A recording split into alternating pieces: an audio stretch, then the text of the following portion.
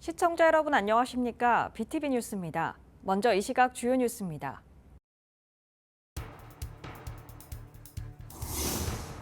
북부소방서가 신청사로 개청하면서 임시청사로 쓰인 건물이 철거될 처지에 놓여 있습니다.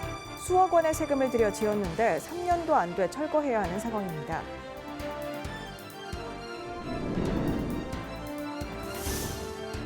국토부가 가덕신공항 접근철도 건설을 추진하고 있지만 가덕도에는 서지 않는 것으로 알려지고 있습니다. 에어시티 예정지 주변 주민들은 가덕도 정차를 요구하고 있습니다.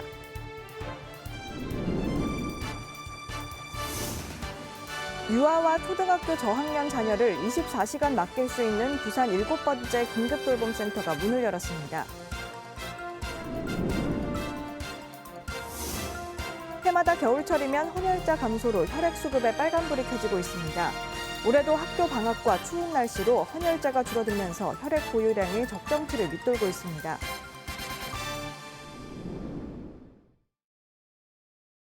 수억 원을 들여 만든 공공청사가 사용한 지 3년도 안 돼 철거될 처지에 놓였습니다. 지난해 문을 연 북부소방서 얘기라고 하는데요. 어떤 이유에서일까요? 김석진 기자의 단독 보도입니다. 지난해 9월 북부소방서가 개청했습니다. 사상구에 있던 북부소방서를 북구로 이전한 겁니다. 새 청사부지에 있던 금곡 119 안전센터는 인근 상수도 사업본부 부지로 옮겼습니다. 800여 제곱미터 부지에 2층 철골 구조물로 임시청사를 만든 겁니다. 이때 든 건축비만 3억 7천만 원. 하지만 3년이 지난 지금 방치된 채 철거를 기다리고 있습니다. 지난해로 사용기한이 끝나 시에 반환해야 하기 때문입니다. 소방당국은 약 1억 원의 철거비를 써야 합니다. 아직 이 건물은 철거 예정인데 이 건물을 북구청의 문화시설 등으로 재활용한다면 철거비도 아낄 수 있고 또 문화시설을 지어야 하는데 건축비도 아낄 수 있고 여러모로 지역 주민이나 저희 북부소방서 북구청 입장에서 효율적이고 좋은 일이라고 생각됩니다. 이 건물은 가설 건축물이지만 사용기한만 연장하면 더 사용할 수 있습니다. 임시청사 부지는 도시철도와 바로 연결되어 있어 교통약자 등의 접근성이 좋다는 장점이 있습니다. 문제는 건물을 다시 사용하기 위해선 여러 기관이 뜻을 모아야 한다는 점입니다. 북부소방서와 상수도 사업본부 그리고 북구청이 건물 활용 방안을 결정하고 다음 달 있을 시 공유재산 심의회를 통과해야 합니다. 북구 주민과 특히 우리 건국동 주민들을 위한 좋은 문화 공간이라든지 그런 명소로 활용이 될 수 있도록 관계기관과 특히 관계부처 간에 서로 유기적으로 좀 조율을 잘 하셔가지고 이에 대해 부지 관리자인 상수도 사업본부는 어떤 결정을 내릴지 이목이 쏠리고 있습니다. BTV 뉴스 김석진입니다. 가덕도 신공항 건설과 함께 예비 타당성 조사가 면제된 사업이 공항 접근철도 건설입니다. 그런데 이 철도가 공항 배후 도시가 될 에어시티에는 정차하지 않는 것으로 나타나 주민들의 불만을 사고 있습니다. 주민들은 노선을 에어시티 쪽으로 변경하고 가덕역 설치도 요구하고 있습니다. 장동원 기자입니다. 공항 복합도시 에어시티가 들어설 가덕도 눌차지구입니다.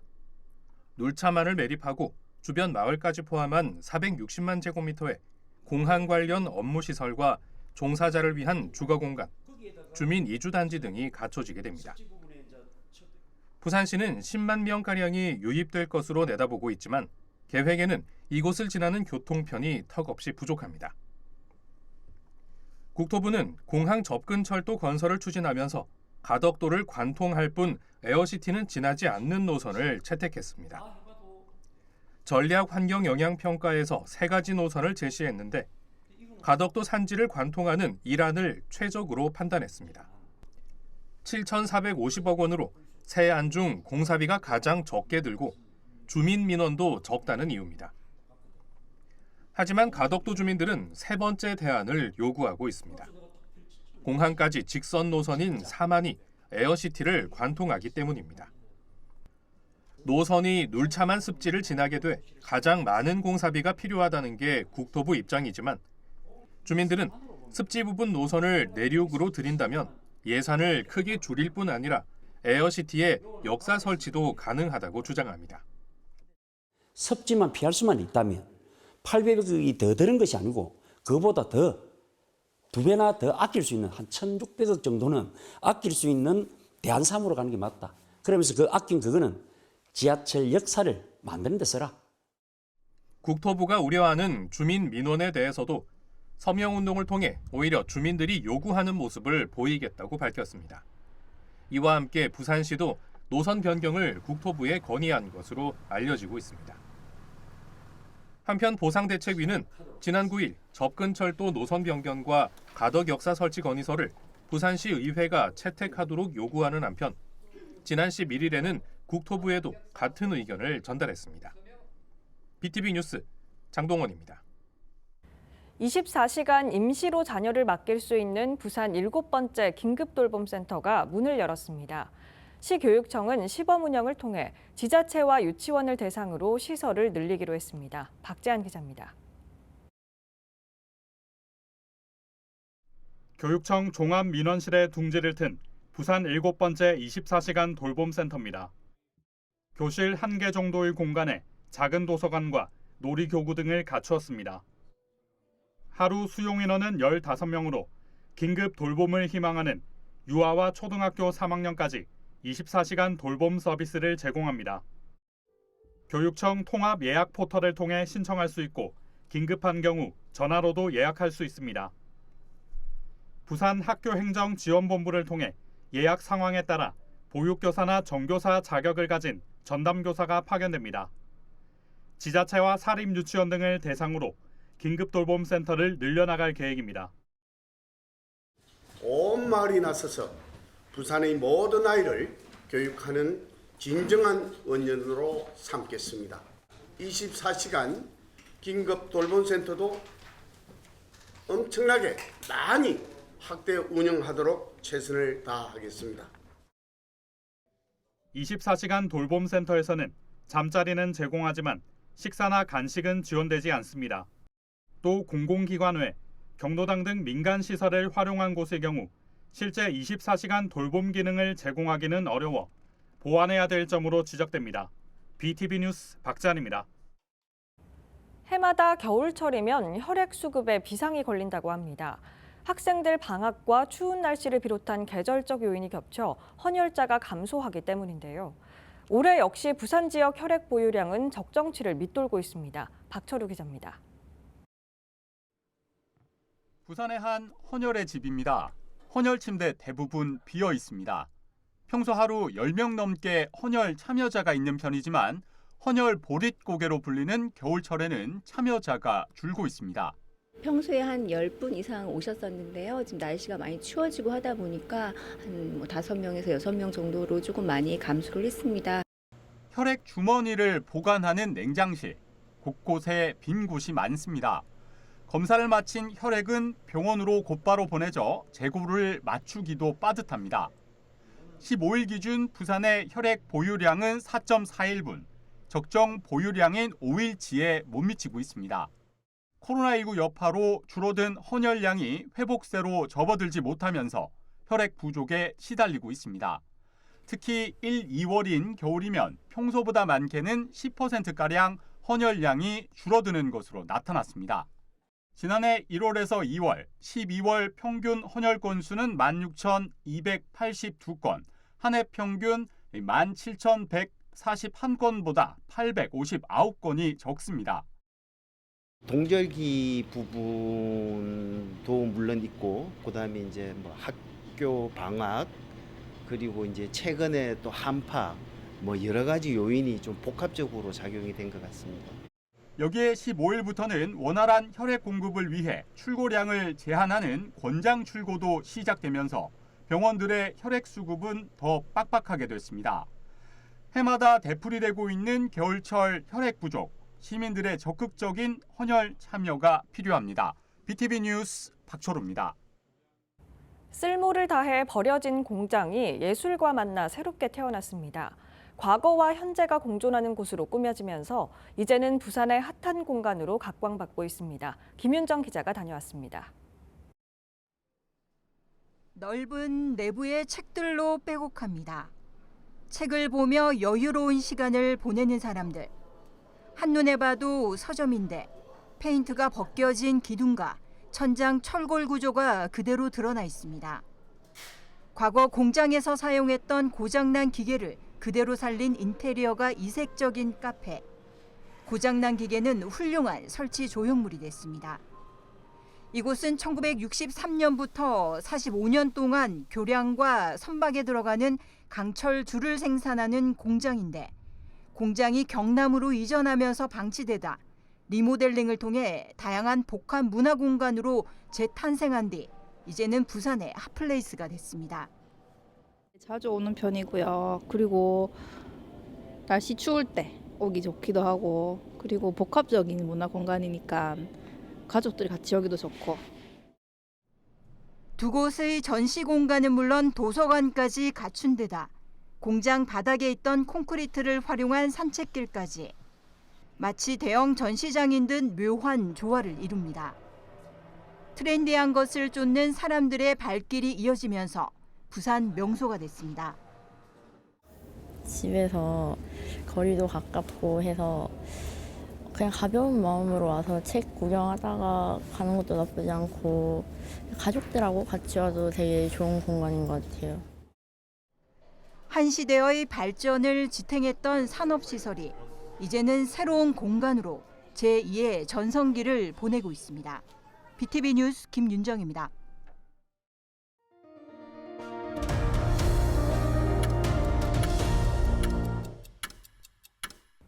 부산교육역사관은 개인과 학교에서 소장하고 있는 역사 문화적 가치가 높은 부산교육 관련 사료를 연중 상시 수집하기로 했습니다. 접수된 유물은 상하반기 2차례 유물평가위원회 심의를 거쳐 최종 기증물로 결정되고 기증자명을 표기해 교육역사관 소장품으로 등록됩니다. 부산교육역사관은 오는 3월 사하구 옛 감정초 자리에 개관할 예정입니다. 지난해 12월 부산 지역 수출이 2022년 같은 달보다 0.9% 감소한 것으로 나타났습니다. 부산본부 세관에 따르면 12월 무역 수지는 1억 4,300만 달러로 2개월 연속 흑자를 기록하고 있습니다. 품목별 수출은 전기 전자제품과 기계류 등은 증가했지만 자동차 부품과 선박 등의 수출은 감소했습니다. 지난해 초부터 부산 곳곳에서 대규모 전세 사기 피해자들이 속출했는데요. 잠잠해지나 싶었는데 부산 전역에서 또 전세 사기 피해자들이 속출하고 있습니다. 장보영 기자입니다. 지난해 10월 연제구에서 1억 원의 빌라 전세 계약을 한 강모 씨. 하지만 불과 석 달 만인 지난 2일 집주인으로부터 편지 한 통을 받고 나서 전세 사기를 당했다는 사실을 알게 됐습니다. 너무 당황스럽고 사업이 어려워져서 변제 능력을 상실해서 이제 전세자금 반환을 못 해주고 나는 지금 전화 받을 여력이 없다. 다만 임차인의 피해를 최소화하기 위해서 노력을 하고 있다라는 말 그대로 변명문이었고 전세 사기 피해 사례가 많았던 만큼 체납 관계 등을 확인한 뒤 계약했지만 소용없었습니다. 중개인은 건물 융자가 30% 미만인데다 전세 보증금 반환은 문제 없는 집이라 했는데 모두 거짓이었습니다. 이제 전세 사기 위험도 이런 거를 검사를 돌리고 봤는데 위험이나 이런 내용이 안 떴어요. 본인이 이제 사장이라고 소개한 중개 보조원도 건물주는 상당히 재력가고 자기 아들이 구의원이니 계약을 계속 종용을 했거든요. 현재까지 뒷주인 A씨가 소유한 부산 지역 건물 7채에서 모두 119세대가 전세 사기 피해를 입은 것으로 조사됐습니다. 부산 진구와 금정구, 동래, 연제, 남구 등에서 예상 피해액만 70억 원. 경찰은 피해 사례를 한데 모아 다음 주 중 집주인과 중개인에 대한 수사를 진행할 계획입니다. 이처럼 부산 곳곳에서 전세 사기가 연이어 드러나고 있습니다. 58세대가 거주하는 동래의 한 오피스텔은 지난해 계약이 만기된 세입자 중 보증금을 돌려받은 세대가 한 곳도 없습니다. 총 17세대, 피해액은 30억 원 가량입니다. 이제 계속 회피하고 있는 상황이고요. 저희가 파악한 게 23년에만 그 18세대가 새로 입주를 했었거든요. 그 보증금을 받고도 23년에 만료된 분들한테 아무도 지급된 분이 없어져가지고 사기다 이렇게 보고 있는 거죠. 그동안 2억 미만의 전세 대출 심사가 엄격하지 못한 상황에서 청년과 신혼부부 위주의 대출이 많아졌다는 지적도 나오고 있습니다. 임대차 보호법과 전세사기 특별법 등 정책이 변하지 않는다면 피해는 계속 증가할 것이라는 반응입니다. 실태조사나 전수조사를 통해서 악성 임대인들의 정보를 공개하는 것이 필요합니다. 또한 임대인과 임차인 간의 정보 불균형을 해결하고 대출이 과도한 주택에 대한 전세계약 예방책 등이 시급한 상황입니다.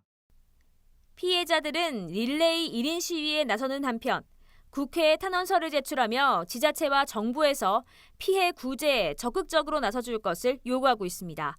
헬로티비 뉴스 장보영입니다. 부산시가 50세 이상 장노년층을 대상으로 실태조사를 실시했습니다. 초고령 사회 노인 정책을 개발하기 위한 기초자료로 쓸 예정인데요. 어떤 결과가 나왔을까요? 김석진 기자의 보도입니다. 부산시는 지난 2021년 기준으로 전체 인구 중 65세 이상 노인 비율이 20%가 넘어 초고령 사회에 진입했습니다. 지난해 11월 기준으로 부산 인구는 335만여 명. 이 중 65세 이상 노인은 70만 명으로 전체의 21%가 넘습니다. 이 속도라면 오는 2035년엔 노인이 100만 명이 넘을 것으로 전망됩니다. 시는 노인 정책 개발을 위해 처음으로 50세 이상 장노년층의 실태를 조사했습니다. 지난 2022년 기준으로 50세 이상 장노년 인구는 153만 2천 명. 전체 인구의 46%가 넘습니다. 이 중 1인 가구는 50세에서 64세인 신중년이 25.9%, 65세 이상 노인이 38.1%로 나타났습니다. 장노년의 건강 상태도 살펴봤습니다. 10만 명당 사망률의 원인은 암이 가장 높았고 다음이 순환계통 질환이었습니다. 여기서 짚어볼 점은 장노년의 우울감 경험률이 증가하고 있고 이들 중 6%는 최근 2년 동안 필요한 진료를 받지 못했다고 답했습니다. 또 신중년의 약 70%는 일을 하고 있었지만 노인은 30%에 그친 데다 월 소득이 100만 원 미만인 것으로 나타나 건강하고 안정된 노후 생활을 위한 정책 마련이 필요해 보입니다. 한편 장노년의 58%는 아파트에 살고 있고 10명 중 8명은 노후에 단독 생활을 하고 싶다고 답했으며 삶의 만족도는 10점 만점에 평균 5.9점으로 나타났습니다. 이번 조사는 2022년 인구 총조사 때 실시됐으며 부산시 누리집에서 각 구군별 상세 내용도 확인할 수 있습니다. BTV 뉴스 김석진입니다. 지난해 부산시의 저출산 고령사회 정책에 대학생 공모전이나 생존 수영 캠프를 비롯해 목적과는 거리가 먼 사업들이 포함된 것으로 드러났는데요. 관련 사업과 예산을 검증 없이 단순 취합해온 것이 문제였습니다. 박지한 기자입니다. 2022년 부산 지역 출생아 수는 14,100명.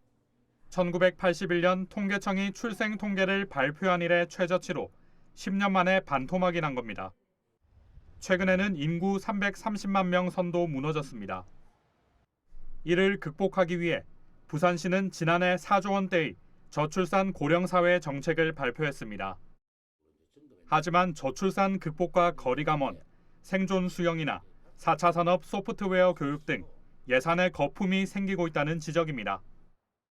각 실, 국 및 교육청으로부터 저출산 예산 목록과 금액을 아무 검증 없이 단순 취합만 하고 있고 각 실, 국 및 교육청에서는 담당 주무관들조차 저출산 예산이 아닌 사실을 누구보다도 잘 알면서도 이미 매년 제출하고 있는 사업이라서 식국별 사업수를 채우기 위해서는 등의 사유로 저출산 예산 목록을 제출해오고 있는 악순환이 반복되고 있습니다. 우리나라는 지난 15년간 280조 원이라는 막대한 저출산 예산을 투입했습니다. 하지만 임신과 출산, 돌봄 등 직접 지원 비중은 OECD 평균인 2.29%에 못 미치는 1.5% 수준입니다. 현재 수립 중인 2024년 부산시 저출산 고령사회 정책 시행 계획에서는 같은 잘못을 결코 반복되어서는 안 될 것임을 밝히며 시의회는 지난해 조례 개정을 통해 부산시가 저출산 예산의 기준을 명확하게 하고 통계를 산출해 관리하도록 명시했습니다. BTV 뉴스 박찬입니다. 부산시가 관광 활성화를 명목으로 황령산 일대의 호텔 건립을 비롯한 각종 개발 추진에 나서자 지역 시민단체들이 반발하고 있다는 보도했었는데요. 김윤정 기자가 황령산 지키기 범시민 운동본부 연대 대표들을 만나 앞으로 활동 사항을 들어봤습니다. 부산 황령산 꼭대기 봉수 전망대. 부산 시내 전역이 한눈에 내려다 보입니다. 도심 속이지만 자연을 그대로 느낄 수 있는 곳이기도 합니다. 황령산 정상에서 황령산 지키기 범시민 운동본부를 출범한 연대 대표자들을 만났습니다. 먼저 시민운동본부는 황령산의 아름다움을 강조했습니다. 황령산은 부산의 중심에 있는 이 산이고 또 바다를 접하고 있는 천혜의 아름다운 환경의 산입니다. 그리고 또 이 연결하는 봉수대가 있는 부산의 중심에 봉수대가 있는 아주 중요한 이 장소이기도 합니다. 부산 시민이 벚꽃 필 때부터 겨울까지 살아가는 아름다운 장소입니다. 앞으로 소중한 자연의 가치를 알릴 것이란 각오도 덧붙였습니다. 황령산에 시민들이 직접 참여할 수 있는, 그래서 같이 황령산 하나 되는 어떤 그런 프로그램들, 이런 것들을 펼치면서 좀 더 인식을 높이고 정진하고 이 개발의 부당성들, 개발을 함으로 해가지고 영구적으로 우리가 손실을 방하는 것에 대해서 시민적 공감대를 불러일으키는 그런 활동들을 좀 하고. 그리고 황령산 정상에서 내려다 보이는 흉물스럽게 방치된 스키동과 같은 난개발은 더 이상 용납할 수 없다고 말합니다. 부산의 가장 비극적인 상징인 스키돔 건설이라는 것으로 인해서 약 20년 된 아주 흉물의 이 건물이 그대로 방치되어 있는 곳이기도 합니다.